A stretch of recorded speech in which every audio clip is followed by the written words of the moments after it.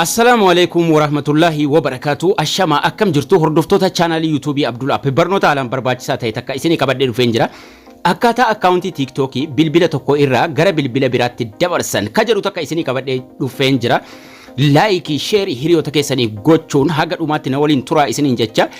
Namni takka eegan akkaawuntii TikTok duraan qabu gara bilbila biraatti dabarsuuf bilbila isa haaraa sana irratti jalqaba. TikTok install godhataa jechuudha Play Store keessa haala salphaa ta'een TikTok duraan bilbila biraa irratti banattanii qabdan bilbila haaraa irratti yookaan immoo bilbila kabiraa irratti salphaatti dabarsuu dandeessu. Erga install godhatanii booda salphaadhumatti TikTok kana irra seenuudhaan haala kamiin akka irra seenuu dandeenyu tartiibaan waliin ilaalla. Inni tokkoffaan namoota lakkoofsa bilbilaatiin banatan haala kamiin akka lakkoofsa bilbilaatiin irra seenan akkasuma emailii yoo qabaatanis emailiidhaanis irra seenan lachuu waliin ilaalla. TikTok haaraa yeroo gadi buufattanii haala kanaan isiniif bana I agree ka jedhu yookaan immoo agree and continue ka jedhu tuquudhumaan gara fuula duraa deemna fuula kana irratti jechuudha. Yoo haaraa gadi buufattan jechuudha. Sanaan booda jala kanatti filannoo tokko filachuun isinirraan eegamu skippii tuquudhaan irra tartu maaliif TikTok ni qabdu waan ta'eef haaraa banachuu isiniin barbaachisu waan ta'eef. Haala kanaan isiniif bana erga skippii gootanii booda amma swipe gara oliitti yookaan immoo oluma hataa'uudhaan viidiyoo daawwachuu eegaluu dandeessu yookaan immoo start watching ka jedhu jala isaa jira. Start watching ka jedhu tuquudhaan gara fuula viidiyoo daawwachuu dandeessanitti darbitu jechuudha.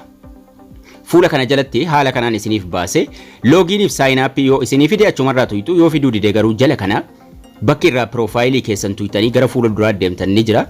Profile bakki jedhu jala kana jira waan ta'eef profile ka jedhu ka jala kana jiru irra tuquudhaan gara fuula duraa deemna. Inbox profile jedhee jira. Profile irra tuqnee gara fuula ittaanuutti deemna.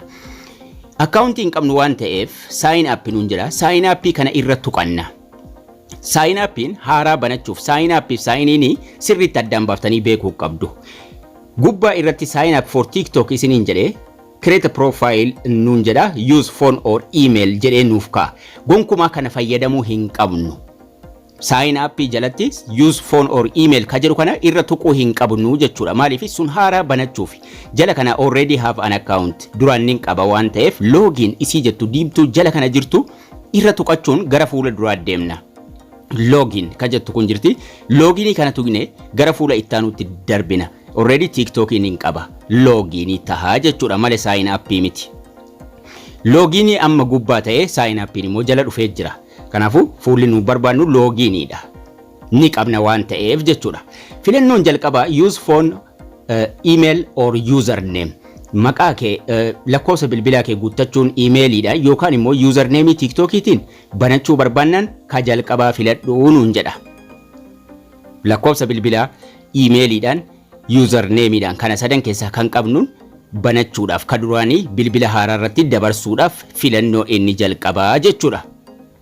Filannoo isa lammaffaatti yeroo dabarfannu yoo duraan Facebookii wal quunnamsiiftanii jiraattan jalqaba Facebookii bilbilicha irratti banuudhaan isa lammaffaa filachuu dandeessu. Filannoo inni sadaffaa yoo emailii ittiin TikTok duraan banattan bilbila kanarratti dabarsitaniitu ta'e filannoo isa sadaffaa fayyadamuu dandeessu. Garuu karaa salphaa amma filannoo jalqabaa haa filannu. Use phone email or username ka jedhu ka jalqabaa filachuudhaan gara fuula duraa haa deemnu. Lakkoofsa bilbilaatiin emailiidhaan usernameidhaan TikTok duraanii gara bilbila haaraatti dabarsuuf yeroo nuti gara fuula duraa deemnu login gubbaatti jechuun phone lakkoofsa bilbilaatiin banuudhaaf ka jalqabaa mata duree jalqabaa. Mata dureen lammaffaa emailii yookaan immoo username TikTokiitiin banachuuf filannoo lammaffaa fayyadaminuun jedha. Jalqabamee namoota lakkoofsa bilbilaatiin banatan akkamitti akka bilbila haaraa irratti dabarsitan waliin haa ilaallu. Lakkoofsa bilbilaa san irratti katabattu.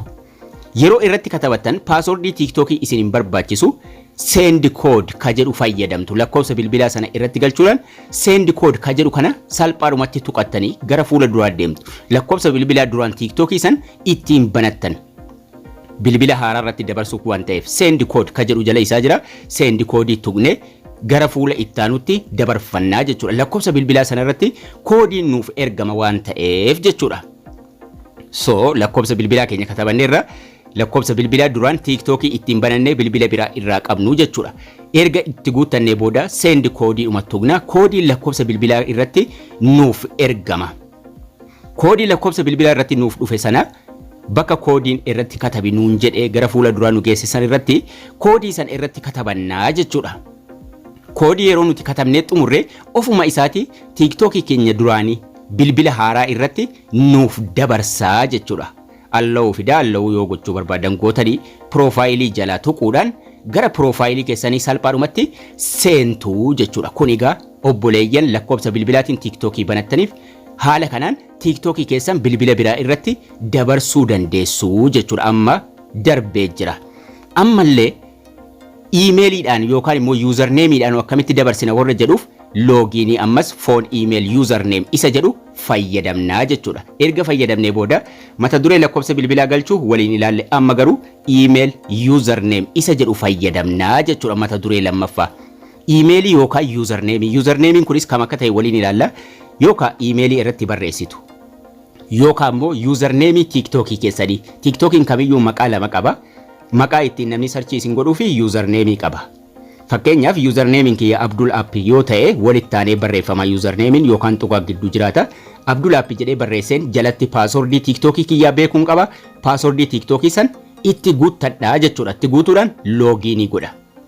Yookaan iimeeliin irratti barreeffadha. Iimeeliin ittiin TikTokii banadhe irratti katabuudhaan jala sanatti immoo paaswordii nuun jedha. Paaswordii irratti guuttannaa jechuudha. Mata duree iimeelii jala ka duraan iimeeliidhaan bananne sana bilbila biraa irratti dabarsuuf jechuudha. Paaswordii kiyya itti kataba. Iimeeliin ittiin banadheef paaswordii. Sanaan booda loogiin ka jedhu kana tuquudhaan gara fuula ittaanuu darbaa jechuudha. Yeroo loogiinii tuqe kallattiidhumaan eessa nageessa TikTokii irra nageessuudhaan TikTokii kiyya naaf bana. Jala kanaa bakki piroofaayil jettu jirti. Piroofaayilii irra tuquun gara fuula duraa deema. Haala salphaa ta'e kanaan iimeeliidhaanis haala kanaan bilbila biraa irratti dabarsinaa jechuudha. Yuuzarneemii sana kan nuti argannu edit profile bakka jedhu kana TikTokii keenya jala tuquudhaan yuuzarneem isii jettu kana fuula dura inni jiru akka iimeeliitti fayyadamuu dandeenya jechuudha. Inni gubbaa maqaadha isa yuuzarneem jedhu fuula dura fayyadamuu dandeenya. Yookaan immoo sarara sadan gubbaa tuquudhaan seetingii tuqnee gara fuula duraa deemuudhaan ka jalqabaa irra tuqna akkaawunti ka jedhu kanarra tuquun gara fuula ittaanutti darbina akkaawuntii tuqne akkaawunti information jedhee nuu fida akkaawunti information ka jedhu kanarra tuquun gara fuula duraa yeroo deemnu lakkoofsa bilbilaa ittiin bananneef iimeelii keenya nuu fida kana lamman keessaa tokko qabaachuu qabnaa jechuudha bilbila biraa irratti dabarsuudhaaf. Akkasuma yuuzarneemii yoo barbaadan bakka iimeeliitti yuuzarneemii fayyadamuu dandeessu. Isteeppii salphaa ta'e kanaan TikTokii duraan bilbila biraa irratti banattan gara bilbila haaraatti yookaan kan biraatti dabarsuu dandeessu. Salphaadhumatti achi gubbaa irratti lakkoofsa bilbilaatiin bananne taanaan mata duree foonii jira iimeeliin bananne taanaan mata duree iimeelii jala salphaadhumatti bilbila haaraa irratti dabarsuu dandeessuun isin jira. Barnoonni keenyas kana fakkaata akka isin irraa barattan abdii guddaan qaba. Haga barnoota kutaa ittaanu walitti deebinutti turtii gaarii nagayaan tura.